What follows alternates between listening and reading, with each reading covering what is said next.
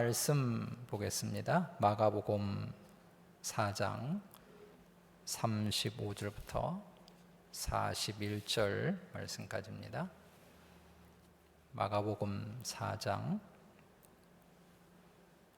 35절부터 41절 말씀까지 서로 한 절씩 교독하고 마지막 절을 함께 읽도록 하겠습니다. 제가 35절을 읽습니다. 그날 저물 때에 제자들에게 이르시되 우리가 저편으로 건너가자 하시니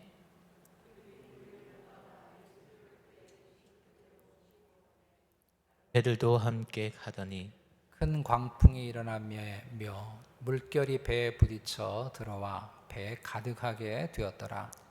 예수께서는 고물에서 베개를 베고 주무시더니 제자들이 깨우며 이르되 선생님이여 우리가 죽게 된 것을 돌보지 아니하시나이까 하니 예수께서 깨어 바람을 꾸짖으시며 바다더러 이르시되 잠잠하라 고요하라 하시니 바람이 그치고 아주 잔잔하여지더라. 이에 제자들에게 이르시되 어찌하여 이렇게 무서워하느냐 너희가 어찌 믿음이 없느냐 하시니 그들이 심히 두려워하여 서로 말하되 그가 누구이기에 바람도 바다도 순종하는가 하였더라.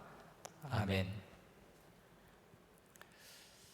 제가 일전에 언덕에 올라갔다가 산에서 내려온 영국인이라고 하는 제법 긴 제목의 영화인데 짧게는 더 잉글리시맨이라고 되어 있는 그런 좀 특별한 영화를 본 적이 있습니다. 유명한 영국 배우인 휴 크랜트가 주연을 맡은 이 영화는 아카데미에서 외국어 영화 부분에서도 시상을 할 만큼 사람들에게 관심을 끌었던 그런 영화이기도 합니다. 영국 웨일즈 지방의 한 변두리 마을에 피논가루라고 하는 산이 있는데 이 산 주위에는 이만한 높이의 산이 없기 때문에 그 마을 사람들은, 그 지방 사람들은 그 산을 대단한 자부심을 가지고 바라보았던 산이었습니다. 근데 영국이 새로 지도를 만들면서 정부의 측량사를 와서 보내서 이것을 산이라고, 마운틴이라고 해야 되는지 아니면 힐, 언덕이라고 해야 되는지를 판가름하게 된 것입니다. 마을 사람들의 지대한 관심 가운데 측량을 해보니까 산이라고 부를 수 있는 높이가 1000피트 돼야 되는데 피논가루는 980피트밖에 되지 않는 것입니다. 언덕이라고 불리게 되는 것이죠. 상심한 마을 사람들은 측량사를 붙잡아두고, 예를 들자면 영화 속에 나오는 여러 장면 중에 하나인데 자동차 부품을 일부러 빼놓는다든지 뭐 이렇게 해서 붙잡아두고 그 부족한 20피트, 약 6m를 흙을 온 마을 사람들이 다 끌어올려서 쌓아가지고 기어이 산이라고 지도에 명명한다는 좀 감동적인 이야기입니다. 제가 오늘 말씀을 읽으면서 이 영화가 생각이 난 것은 이스라엘 사람들이 그리고 복음서에 갈릴리 호수를 레이크이라고 부르지 않고 바다, 씨라고 부르고 있기 때문에 이 영화가 생각이 났습니다. 오늘 41절에도 있는데요, 바람과 바다도 순종하는가 그렇게 말씀하고 있죠. 복음서에는 이 갈릴리 호수를 갈릴리 바다라고 그렇게 말씀하고 있고 몇몇 곳에는 호수라고 되어 있는데, 예를 들어 마가복음 7장 31절에 갈릴리 호수라고 번역을 했는데 원문에는 바다입니다. 분명히 갈릴리는 호수인데 왜 이스라엘 백성들은 바다라고 부르는 것일까요? 영화에 나오는 피논가루의 마을 사람들처럼 갈릴리 호수에 대한 그들의 자존심이 걸려 있어서 그렇게 부르는 것일까요? 아닙니다. 이것은 구약의 전통을 따르는 것인데요, 히브리인들은 호수나 바다를 다 얌이라고 하는 한 단어를 써서 그렇게 불렀습니다. 그래서 여러분 기억하시겠지만 성전을 지을 때 성전 안에 물을 받아두는 큰 대야, 물두멍이 있죠. 그것도 바다라고 불렀습니다. 그래서 갈릴리 호수는 구약에서는 얌 긴네렛이라고 부릅니다. 긴네렛이라고 부르는 이유는 갈릴리 호수가 하프 모양으로 되어 있는데 이 하프의 히브리어가 킨놀이라고 하는 데서 유래해서 구약 성경에는 킨네렛이라고 되어 있고 신약 성경에는 게네사렛이라고 되어 있습니다. 갈릴리 호수는 그리 큰 호수가 아닙니다. 총 둘레가 53km 정도이고 남북에서 가장 긴 길이가 21km 정도이고 넓이에서 가장 긴 곳이 13km 정도여서 자동차로 한 바퀴를 돈다면 1시간 정도 걸리는 그런 레이크입니다. 우리 미시간 레이크에 비하면 아무것도 아니죠. 혹시 이런 북가주에 레이크 타워를 가보신 분이 있는지 모르겠습니다만 그 레이크 타워의 한 반 정도 사이즈라고 생각하면 됩니다. 제가 이렇게 갈릴리 호수를 자세하게 설명하는 이유는 이렇게 크지 않은 이 갈릴리는 이스라엘 백성들의 그리고 예수님의 사역에 아주 중요한 역할을 했기 때문에 그런 것입니다. 그리고 이 호수를 굳이 바다라고 불러도 될 정도로 갈릴리 호수는 변화무쌍한 모습을 가지고 있습니다. 결코 평온한 조용한 호수가 아니라는 것입니다. 바다처럼 날씨가 급변하는 그런 모습을 가지고 있습니다. 갈릴리 바다는 해수면보다 200m 낮은 곳에 있고 북쪽의 헐몬산에서부터 눈이 내려와서 북요단강을 통해서 흘러내려오는 물을 통해서 찬 공기가 북에서 내려오게 되고 이것이 남쪽의 뜨거운 사막 기후와 부딪히면서 오늘 말씀과 같은 무서운 광풍을 일으킬 때가 있는 것입니다. 오늘 35절에서도 읽을 수 있듯이 주님은 이런 변화무쌍한 날씨의 변화를 주고 있는 갈릴리 바다로 일부러 제자들과 함께 건너가셨다고 하는 것을 알게 됩니다. 오늘 이런 말씀과 다음에 등장하는 5장까지에 보면 예수님의 이적이 연달아 4개가 기록이 되어 있습니다. 이 이적들은 모두 다 예수님이 누구이신가에 대한 관심 때문에 그렇게 이적이 모아져서 기록이 되어져 있습니다. 오늘 4장 41절에서는 그가 누구이기에 바람과 바다도 순종하는가라고 사람들이 말하고 있고 5장 20절에는 예수께서 자기에게 어떻게 큰 일을 행하셨는지를 데가볼리에 전파하니 모든 사람이 놀랍게 여기더라 라고 말씀하고 있고 5장 42절에서는 사람들이 곧 크게 놀라거늘 이렇게 말씀하고 있습니다. 이 모든 것은 다 예수 그리스도가 하나님의 아들 성자 하나님이신 것을 증거하고 있는 것입니다. 그리고 이런 일련의 이적을 통해서 주님이 우리에게 요구하시는 것은 믿음이라고 하는 것을 알게 됩니다. 오늘 말씀 40절에도 어찌 믿음이 없느냐라고 말씀하고 있고 5장 34절에는 내 믿음이 너를 구원하였으니 이렇게 말씀하고 있고 5장 36절에는 두려워 말라 믿기만 하라 이렇게 말씀하고 계십니다. 이런 오늘 말씀을 통해서 이 믿음 없는 세대 가운데 우리가 어떻게 믿음을 가지고 살아가게 돼야 될지를 이 말씀을 통해서 함께 듣기를 원합니다. 가장 먼저는 우리의 삶에는 이런 풍랑이 때때로 온다는 것입니다. 갈릴리 바다의 날씨를 예측할 수 없듯이 실은 우리 인생의 길도 예측할 수가 없습니다. 정말 평온하다가도 갑자기 돌풍이 일어나는 일들을 우리가 살면서 경험하는 것입니다. 제가 신대원 시절에 거제도에서 사역을 했는데 그 당시만 해도 거제도에서 부산까지 연결되는 오늘날의 거가대교 같은 그런 빠른 길이 없어서 빨리 부산을 가야 될 사람들은 대부분 배를 타고 갔습니다. 그래서 월요일 아침이면 학교로 가기 위해서 늘 배를 탔는데요. 문제는 날씨였습니다. 거제도에서 부산까지 가다 보면 딱 중간에 사방 아무것도 보이지 않는 그런 곳이 있는데 이곳이 날씨를 예측하기가 굉장히 어렵습니다. 파도가 3m가 넘으면 여객선이 갈 수가 없는 것입니다. 안전하다고 하는 연락을 받고 출발을 했지만 중간에 3m가 넘는 파도 때문에 종종 여객선이 멈추어서 파도가 잠잠해질 때까지 기다리는 경우들이 있었습니다. 그럴 때가 되면 배가 롤링을 시작을 하는데 정말 정신이 하나 없습니다. 그냥 갈 때 느낌과 가만히 서 있는데 앞뒤 좌우로 방향 없이 막 흔들리기 시작하면요, 다들 정신이 없어요. 그러면 배 안이 난리가 납니다. 온갖 신의 이름으로 사람들이 기도를 시작합니다. 주여 주여 하고 박수치면서 기도하는 사람도 있고 나무아부 타뷰를 외치는 사람도 있고 여하튼 별 사람들이 다 생겨요. 이게 인생길 같습니다. 우리가 잠잠히 이렇게 진행을 하다가도 어느 날 갑자기 우리의 인생에 돌풍이 부는 것입니다. 죽겠다 싶은 순간들이 예기치 않게 우리에게 다가옵니다. 누구에게나 이런 돌풍이 오는 것을 이 땅을 살면서 경험하고 살아갑니다. 특별히 이민 생활은 모두 다 더 많은 돌풍을 경험하는 것 같습니다. 미국 땅이 넓어서 그런지는 몰라도 하여튼 이민 생활하는 사람들은 많은 광풍과 돌풍을 경험합니다.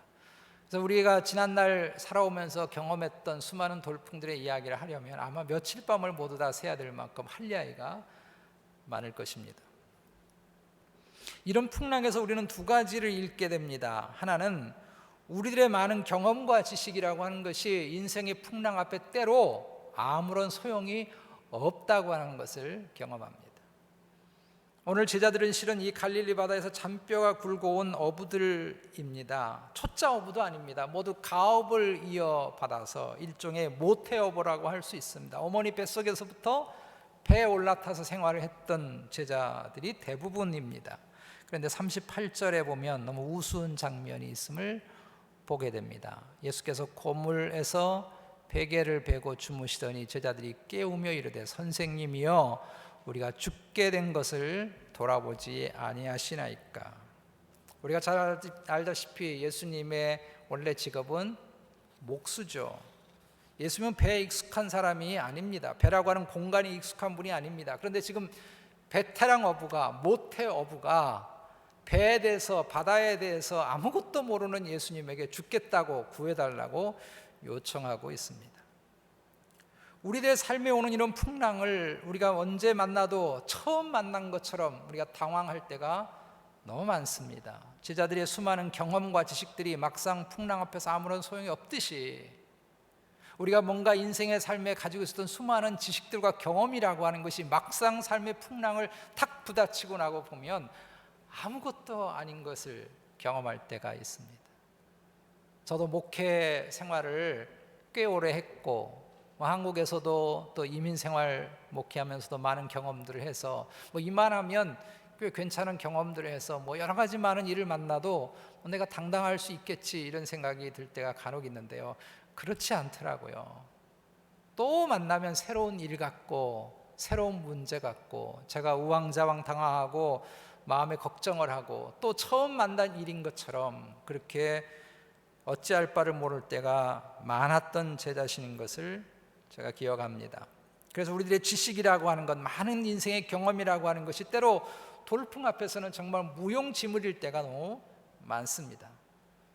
그러므로 우리는 정말 주님 앞에 겸손해야 할 것입니다. 내가 다 아는 것처럼 그까짓 건 내가 다 경험했는데 라는 생각을 우리는 정말 가져서는 안 됩니다. 우리 모두는 주님 앞에서 언제나 미숙한 초짜 인생임을 잊어서는 안 될 것입니다.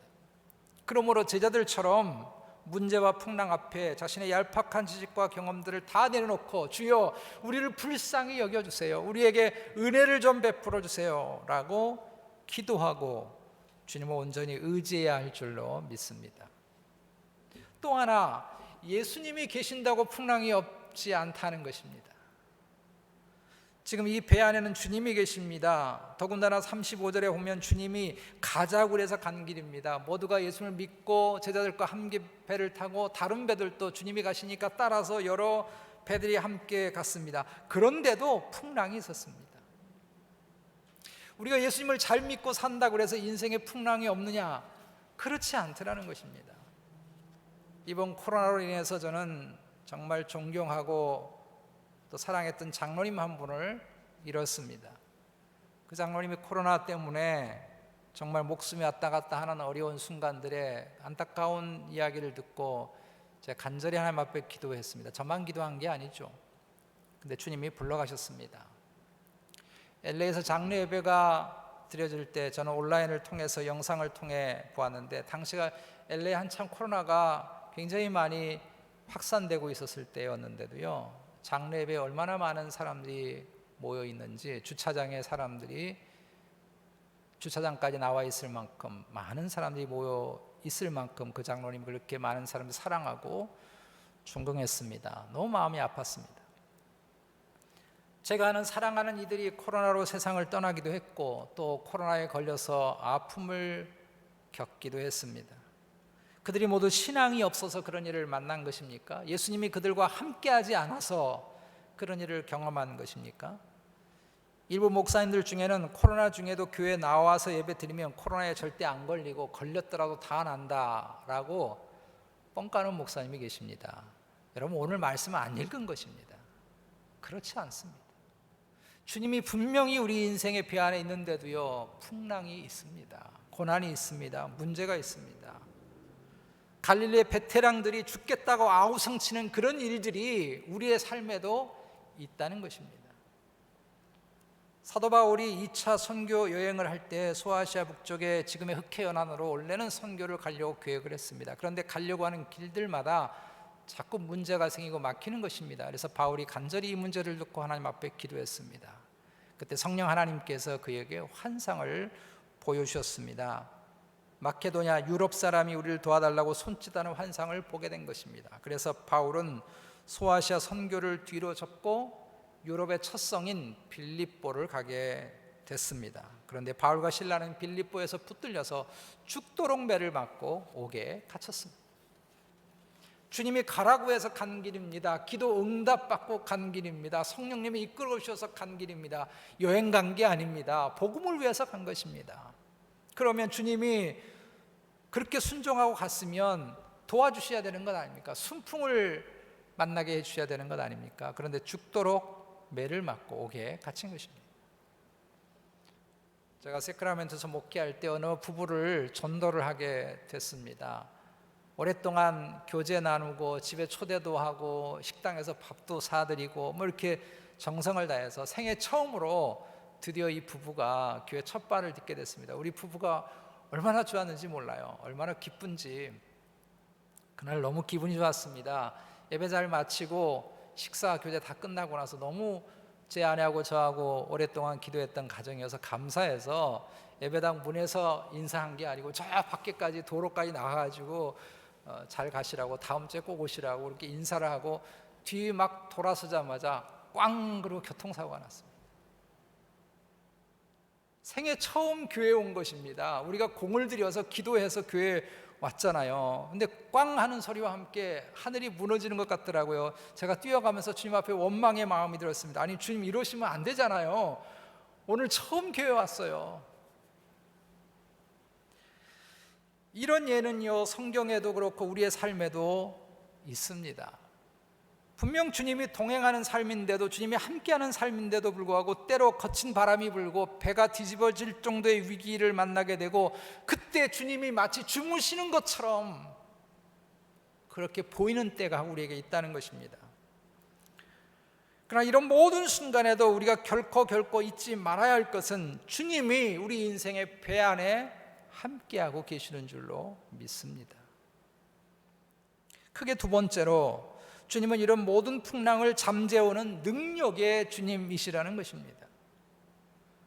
우리는 오늘 말씀에서 주님이 배 고물에 머리를 베고 깊이 주무시는 모습을 보고 놀라게 됩니다. 이 고물이라고 하는 것은 배 뒤에 있는 난간이죠. 배꼴입니다.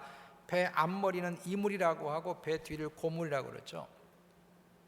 주님이 배꼬리에 머리를 베고 깊이 잠이 드신 것입니다. 얼마나 깊이 주무시면 다들 죽겠다고 야단인데 그냥 콜콜 주무시는 거예요. 1986년도에 갈릴리 바다에서 주 1세기 것으로 추정이 되는 배가 발굴이 되었습니다. 배의 길이는 약 8m 정도이고 폭이 2.3m이고 높이가 1.4m 정도였습니다. 추정컨대 주님이 제자들과 지금 타고 있는 배도 유사할 것이라고 생각이 듭니다. 그러므로 그 작은 배에 물이 들어찰 정도라고 한다면 지금 상황이 어떤 상황이라고 하는 것이 여러분 짐작 가잖아요. 그런데 그곳에서 주님이 태연히 주무시고 계시는 겁니다. 어떤 학자들은 이것이 주님이 우리와 동일한 인간임을 잘 보여주는 장면이라고 말합니다. 틀린 말 아닙니다. 사람이 너무 피곤하면요, 어떤 풍랑에도 잠이 오는 법이죠. 요나도 풍랑 속에 잠을 잤잖아요. 제가 고등학교 2학년 때 학교 늦게 보충 수업을 마치고 집에 들어가면 대개 한 밤 10시쯤 그렇게 됩니다. 근데 그 집에 가는 그런 시장에 통닭집을 하는 그런 이모님이 계셨는데 제가 닭을 너무 좋아하니까 자주 저한테 오라고 이야기를 그렇게 했습니다. 어느 날 보충 수업을 제가 마치고 이모님 가게에 이렇게 들렸는데 이모님이 통닭 한 마리를 저에게 이렇게 구워 주신 것입니다. 그때가 밤 11시쯤 그렇게 됐어요. 그런데 제가 얼마나 피곤하면 그 맛있는 통닭을 먹다가 잠이 들어가지고요, 닭다리를 물고 잠이 든 것입니다. 얼마나 피곤하면 제가 그렇게 좋아하는 닭을 물고 먹다가 잠이 든 것입니다. 이게 여러분, 사람이 연약하니까 그런 거죠. 주님이 얼마나 피곤하시겠어요, 수많은 사역들 하시니까. 그러니까 이런 상황에서 주무시는 것은 예수님의 인간성, 인성을 잘 보여준다라고 말합니다. 그런데 또 다른 해석을 하는 분들이 있습니다. 저는 이 해석에 훨씬 마음이 갑니다. 그 해석은 능력의 하나님임을 보여주는 여유로운 잠이라고 해석하는 것입니다. 고대 근동 신화에 보면 최고의 신의 능력을 나타내는 표시로 잠을 잔다고 합니다. 잠을 자고 있어도 어떤 존재도 감히 건들 수 없는 존재, 이런 것이죠. 그래서 최고의 권능을 가지고 있는 신의 표시가 잠자는 신이라고 전해지고 있습니다. 우리말에도 그런 말이 있죠. 잠자는 호랑이를 누가 감히 건들겠느냐. 밀림의 왕은요, 아무도 건들 수 없기 때문에 아주 편안한 잠을 자는 것입니다. 주님의 모습이 이런 것이라는 것입니다. 만물의 창조주이시기 때문에 감히 풍랑이 어떻게 주님을 해보겠습니까? 오늘 말씀에 있는 것처럼 말씀 한마디에 풍랑도 바람도 꼼짝없이 순종하지 않습니까? 이것이 창조주 하나님의 위엄이죠. 포스입니다. 능력인 것이죠. 그래서 주님은 이런 풍랑 가운데서 편안히 잠을 잘 수 있다는 것입니다. 이것이 능력의 주님의 여유로움이라는 것입니다. 저는 개인적으로 이 견해에 훨씬 공감합니다. 오늘 39절을 보면 주님이 깨어 일어나셔서 바람과 바다를 꾸짖었다고 되어 있습니다. 39절에 예수께서 깨어 바람을 꾸짖으시며 바다도로 이르시되 잠잠하라 고요하라. 여기 꾸짖다고 하는 헬라어는 에페티메센이라고 하는 이 단어인데, 이 단어는 주님이 가버나움 회당에서 귀신 들린 사람을 내어 쫓을 때 썼던 단어입니다. 이렇게 볼 때 주님은 지금 이 풍랑과 사람들을 위협하는 바다를 악한 영의 세력으로 보신 것입니다. 실제로 성경은 악한 영의 세력을 바다로 상징합니다. 요한계시록에 이렇게 나옵니다.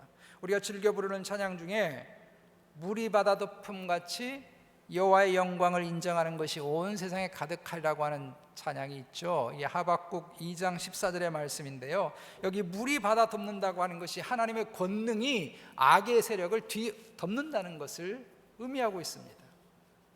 주님께서 바다를 걸으신 것도 악한 영의 세력을 제압한다는 의미가 그 속에 있습니다. 그러므로 지금 주님이 바다와 풍랑을 꾸짖은 것은 우리의 삶을 혼란스럽게 만드는 수많은 악한 세력을 제압하신다는 것입니다. 이것이 주님의 능력입니다. 이것이 성자 하나님의 권능입니다. 파워예요. 그러므로 지금 주님이 배의 고물에서 잠을 주무시는 것은 능히 악의 세력을 제압하시는 권능의 주님이시라고 하는 것을 보여주는 것입니다. 동시에 주님이 우리에게 요구하시는 것은 바로 이런 주님이 우리의 인생의 배 안에 계심을 믿고 우리가 주님처럼 어떤 풍랑이 있다 할지라도 평안의 마음, 샬롬의 능력을 가지고 살라고 요구하시는 것입니다. 이것이 믿음입니다. 주님은 능히 우리의 삶에서 일어나는 문제와 풍랑을, 혼란의 바다를 말씀 한마디로 잠재워 주시는 분인 줄로 믿습니다. 이 주님이 우리 인생의 배 안에 지금 계십니다. 내 삶과 함께하고 계십니다. 세 번째로, 그러므로 주님의 관심은 우리의 믿음인 것입니다. 40절 말씀 보면 이에 제자들에게 이르시되 어찌하여 이렇게 무서워하느냐, 너희가 어찌 믿음이 없느냐. 주님에게 있어서 이런 풍랑은요, 잠이 오는 일이라는 것입니다. 아무것도 아니라는 것이죠. 말씀 한마디에 능히 잠재울 수 있는 것이라는 것입니다. 그런데 우리는 때로 이런 풍랑을 만나면 풍랑이 너무 커 보여요. 너무 거대해 보이는 것이죠. 그런데 주님은 이런 문제는 잠이 오는 일일 뿐입니다. 주님이 우리에게 중요하게 여기시는 것은 그런 풍랑 앞에 우리가 믿음이 있느냐 하는 것입니다. 어떤 마음의 자세를 가지고 거기에 서 있느냐 하는 것입니다. 우리가 주님처럼 우리들의 문제 앞에서 평안히 잠을 잘 수 있을 만한 믿음을 가지고 살기를 주님은 원하시는 것입니다. 주님은 능히 한마디로 잠재울 수 있거든요.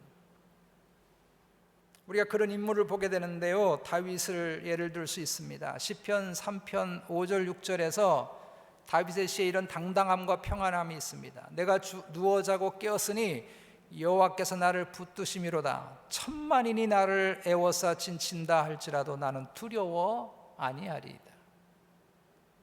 이 시는 다윗이 압살롬의 반란 때문에 급하게 쫓겨나가고 나서 요단강을 건너 하룻밤을 잘 자고 나서 지은 시입니다.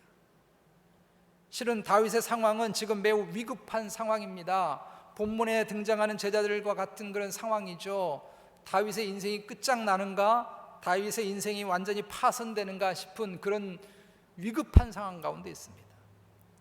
압살롬의 편에 선 아히도벨의 반역은 다윗에게 너무나 큰 충격이고 아픔이었습니다.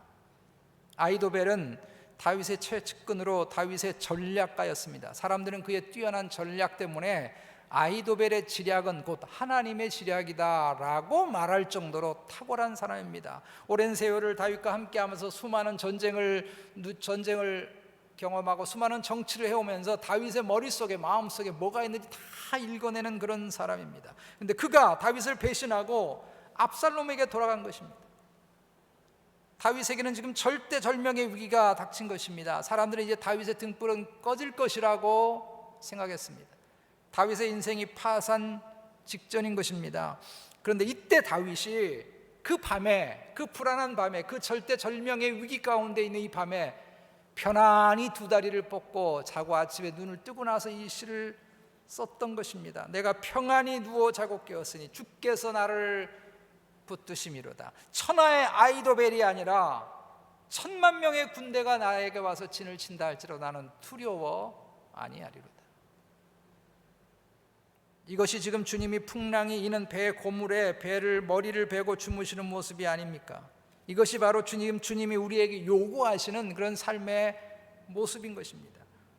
다음 장에 보면 회당장 야이로가 자신의 딸이 죽어가는 모습을 너무 두려워해서 부들부들 떨 때 주님이 주신 말씀이 무엇입니까? 두려워 말고 믿기만 해라. 오늘 제자들도 풍랑 앞에 부들부들 떨었습니다. 무서워 떨었습니다. 40절 말씀에 이에 제자들에게 이르시되 어찌하여 이렇게 무서워하느냐? 너희가 어찌 믿음이 없느냐? 여러분, 어떤 일 앞에서 두려워하지 맙시다. 우리 인생의 배 안에 풍랑에서도 잠을 주무시고 계시는 절대 능력을 가지신 주님이 함께 하시는 줄로 믿습니다. 이 믿음으로 우리의 삶에 닥치는 풍랑을 잠재우면서 풍랑 가운데서 평안하게 샬롬의 삶을 누리게 되시기를 주의 이름으로 축복합니다. 여러분, 믿음이란 무엇일까요? 내가 원하는 것이 이루어진다고 확고하게 생각하는 것이 믿음일까요? 내 삶에는 순풍만 있을 것이라고 확고하게 생각하는 것이 믿음일까요?